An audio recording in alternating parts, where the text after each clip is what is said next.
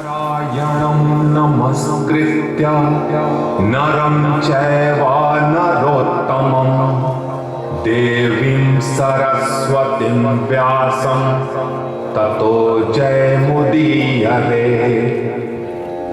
जिस युग का वर्ण धीरे धीरे सारी धरती का सत्ता होगी उनकी जिनकी पूंजी होगी, जिनके नकली चेहरे होंगे केवल उन्हें महत्व मिलेगा। सत्ता होगी उनकी जिनकी पूंजी होगी, जिनके नकली चेहरे होंगे केवल उन्हें महत्व मिलेगा।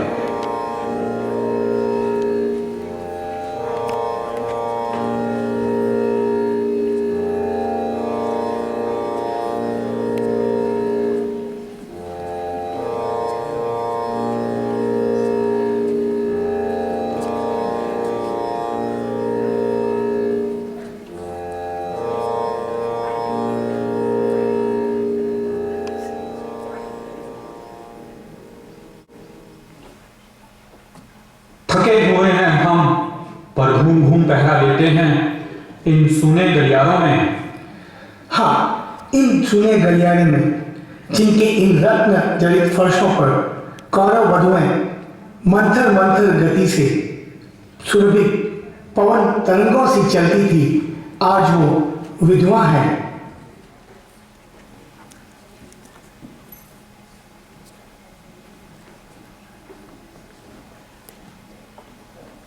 थके हुए हैं हम इसलिए नहीं कि कई युद्धों में हमने भी बाहुबल दिखाया था, पर हारे थे हम केवल 17 दिनों के इस लोमहर्षक संग्राम में।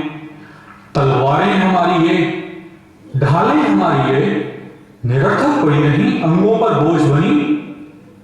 रक्षक थे हम केवल, लेकिन रक्षणीय कुछ भी तो नहीं था यहां। हाँ, रक्षणीय कुछ भी नहीं था यहाँ।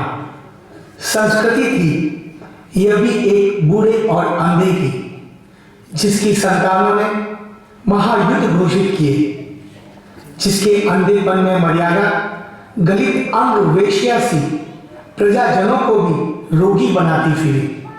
उस अंधी संस्कृति, उस रोगी मर्यादा की रक्षा हम करते रहे 17 दिन। जिसने अब हमको थका डाला है। मेहनत हमारी निरर्थक थी, आस्था का, साहस का, श्रम का, अस्तित्व का हमारे कुछ भी अर्थ नहीं था, कुछ भी अर्थ नहीं था।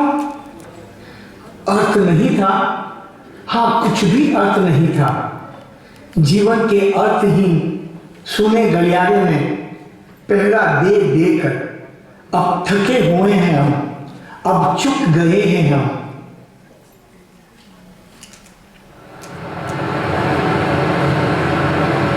सुनते हो कैसी भयानक ध्वनि है? सहसा अंधेरा क्यों होने लगा? देखो, दिख रहा है कुछ। अंधे राजा की प्रजा कहां तक देखे, दिख नहीं पता कुछ। हाँ, शायद बादल हैं। बादल? बादल नहीं है, वे गिद्ध हैं, लाखों करोड़ों पांखें खोले। लो, सारी कौरव नदी का आसमान गिद्धों ने घेर लिया। झुक जाओ, झुक जाओ, ढालों के नीचे छुप जाओ। न बच्ची हैं, वे गिद्ध भूखे हैं। लो, ये मुड़ गए कुरुक्षेत्र की दिशा में। ओह, अब शकुन है, भयानक वह। पता नहीं क्या होगा कल तक इस नगरी में। अब शकुन है, अब शकुन है।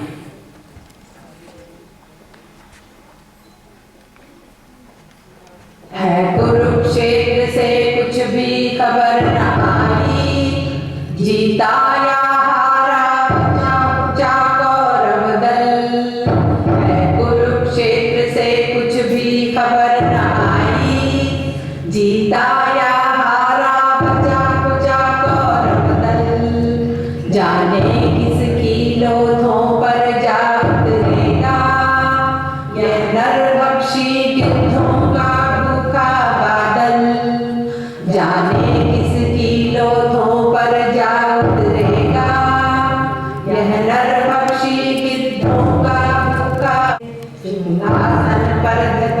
धृतराष्ट्र मौन बैठे हैं, सिंहासन पर धृतराष्ट्र मौन बैठे हैं।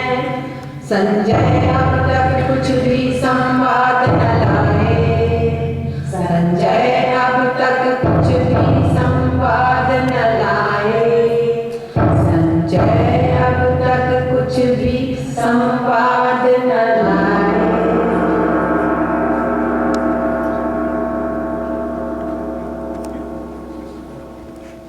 कौन? संजय? नहीं, विदुर हूं महाराज। विवाह है सारा नगर आज। अपलक नेत्रों से कर रहे हैं प्रतीक्षा संजय की। महाराज चुप क्यों हैं इतने आप? माता गांधारी भी मौन है। विदुर, जीवन में प्रथम बार आज मुझे आशंका व्यापी है। आशंका आपको जो व्यापी है आज, वे वर्षों पहले हिला गई थी सबको। पहले पर कभी भी तुमने यह नहीं कहा। भीष्म ने कहा था, गुरु द्रोण ने कहा था, इसी अंतर पर में आकर कृष्ण ने कहा था, मर्यादा मत तोड़ो, तोड़िए मर्यादा। कुचले हुए अजगर सी गुंजलिका में कौरव वंश को लपेटकर सूखी लकड़ी सा तोड़ डालेगी। समझ नहीं सकते हो विदुर तुम, मैं था जन्मांध, कैसे कर सकता था ग्रहण में बाहरी यथार्थ या सामाजिक मर्यादा को। जैसे संसार को किया था ग्रहण अपने अंधेपन के बावजूद।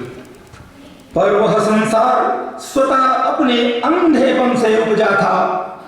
मैं अपने ही वैयक्तिक संवेदन से जो जाना था, केवल उतना ही था मेरे लिए वस्तु जगत।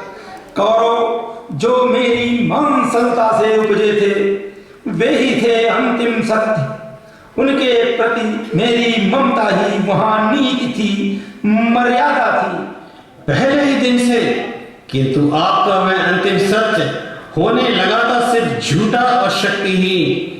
पिछले 17 दिन से एक एक कर पूरे वंश के विनाश का संवाद आप सुनते रहे। मेरे लिए वे संवाद सब निरर्थक थे। मैं हूं जन्मांध, केवल सुन ही तो सकता हूं।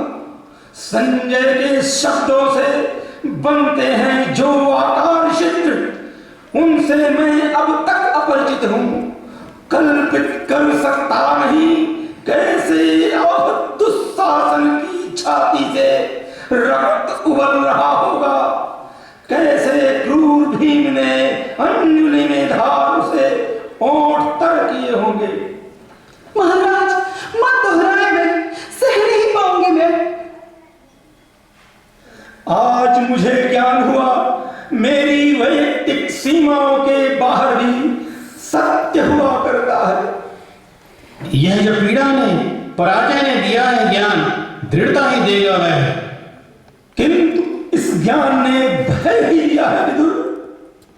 भय है तो ज्ञान है अधूरा अभी। प्रभु ने कहा था वह ज्ञान जो समर्पित नहीं है अधूरा है। मनोबुद्धि तुम अर्पित कर दो मुझे, भय से मुक्त होकर तुम प्राप्त मुझे होगे, इसमें संदेह नहीं। इसमें संदेह है, और किसी को मत हो पर मुझको है। अर्पित कर दो मुझको मनोबुद्धि। उसने कहा है ये जिसने पितामह के बाणों से आहत होकर अपनी सारी ही मनोबुद्धि खो दी थी। उसने कहा है ये जिसने मर्यादा को तोड़ा है बार बार। शांत हो, शांत हो गांधारी, शांत हो। दोष किसी को मत दो, अंधा था। लेकिन अंधी नहीं थी मैंने बाहर का वस्तु जगत बहुत अच्छी तरह से जाना था। धर्म, नीति, मर्यादा ये सब है केवल आडंबर मात्र। मैंने ये बार बार देखा था। हम सबके मन में एक अंधा गहवर है। बर्बर पशु, अंधा पशु वास वही करता है। स्वामी है जो हमारे विवेक का, नैतिकता, मर्यादा, अनासक्ति, कृष्णार्पण ये सब है अंधी प्रवृत्तियों की पोशाकें जिनमें कटे हुए कपड़ों की आंखें सिली रहती हैं। मुझको इस झूठे आडंबर से नफरत थी। मैंने आंखों पर पट्टी चढ़ा रखी है। शांत रहो गांधारी। यह कटु निराशा की उद्धत अनास्था है। क्षमा करो प्रभु, यह कटु अनास्था भी अपने चरणों में स्वीकार करो। आस्था तुम लेते हो, लेकिन अनास्था कौन लेगा? क्षमा करो प्रभु, पुत्र शोक से जल गया है माता गांधारी। माता मत कहो मुझे, तुम जिसको कहते हो प्रभु वह भी मुझे माता ही कहता। शब्द ये जलते हुए लोहे की सलाखों से मेरी पसलियों के भीतर धंसता है। 17 दिन के अंदर मेरे सब पुत्र एक एक कर मारे गए। अपने इन हाथों से मैंने उन फूल सी वधुओं की कलाइयों से चूड़ियां उतारी हैं। अपनी इस आंचल से सिंदूर की रेखाएं पोंछी है मैंने। पर कह गया था वह वृद्ध भविष्यवक्ता, होगी जय, अवश्य होगी। यदि ये आशा मेरी अंधी है तो हो, पर दुर्योधन जीतेगा, जरूर जीतेगा। पर संजय नहीं आए। हाँ महाराज, पता नहीं क्यों संजय नहीं आए। संजय तटस्थ दृष्ट शब्दों का शिल्पी है, पर कर है भटक रहा जाने किस कंटक पथ पर। वह संजय भी इस मोह निशा से घिर कर है भटक रहा जाने किस कंटक पथ पर। जाने किस कंटक पथ पर, जाने किस कंटक पथ पर। भटक गया हूं, न जाने किस कंटक वन में। जाकर कहूंगा क्या महाराज से? इस लज्जाजनक पराजय के बाद भी क्यों जीवित बचा हूं? मैंने ही उनको बताया है युद्ध में घटा जो जो, लेकिन आज अंतिम पराजय के अनुभव ने जैसे प्रकृति ही बदल दी है सत्य की। संजय, संजय, संजय! किसने पुकारा मुझे? प्रेतों की ध्वनि है या मेरा भ्रम है? डरो मत, मैं हूं कृतवर्मा। जीवित हो संजय तुम? पांडव योद्धाओं ने जीवित छोड़ दिया तुम्हें?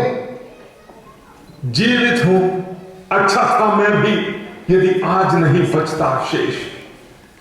किंतु कहा व्यास ने, मरेगा नहीं संजय अवध्य। कैसा यह शाप मुझे व्यास ने दिया है। धैर्य धरो संजय, धैर्य धरो, क्योंकि तुम्ही ने तो जाकर बताई उन दोनों को पराजय दुर्योधन की। कैसे बताऊंगा?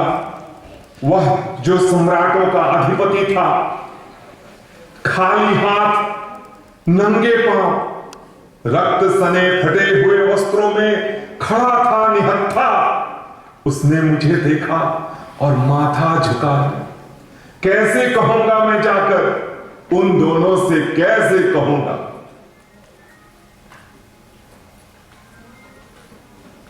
चला गया संजय भी। बहुत दिन पहले विदुर ने कहा था यह होकर रहेगा, वही तो हो रहा है यार। अश्वत्थामा, अश्वत्थामा, अश्वत्थामा! ये आवाज तो बूढ़े कृपाचार्य की है। कृपाचार्य, कृपाचार्य, कृपाचार्य! तुम भी जीवित हो कृतवर्मा? जीवित हूं। क्या अश्वत्थामा भी जीवित है? जीवित है केवल हम तीन। आज रथ से उतरकर जब राजा दुर्योधन ने नतमस्तक होकर पराजय स्वीकार की, अश्वत्थामा ने उसी समय मरोड़ दिया था अपना धनुष और आर्तनाद करता हुआ वन की ओर चला गया। अश्वत्थामा, अश्वत्थामा!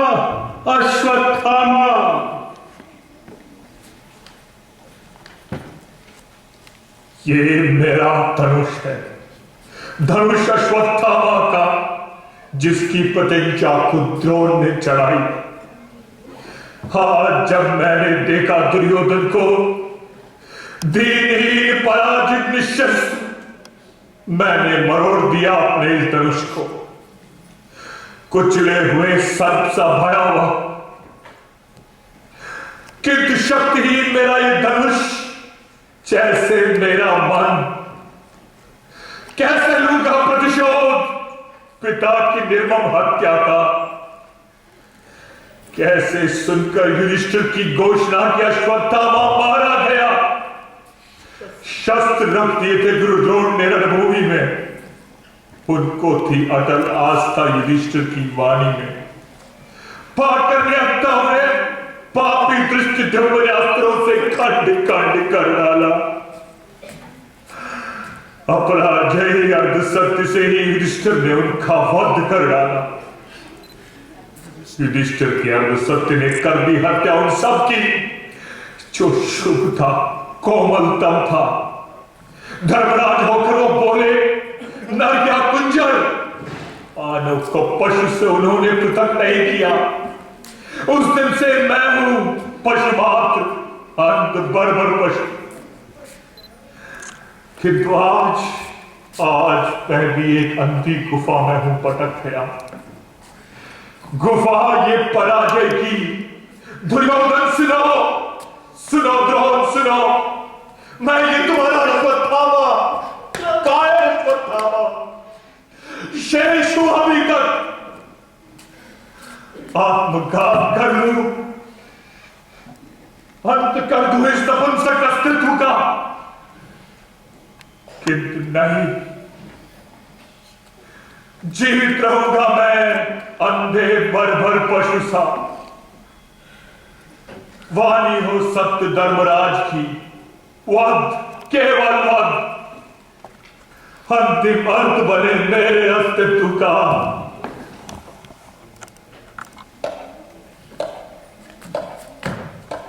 आता है कोई, शायद कोई पांडव योद्धा है, छिप कर करूंगा वार।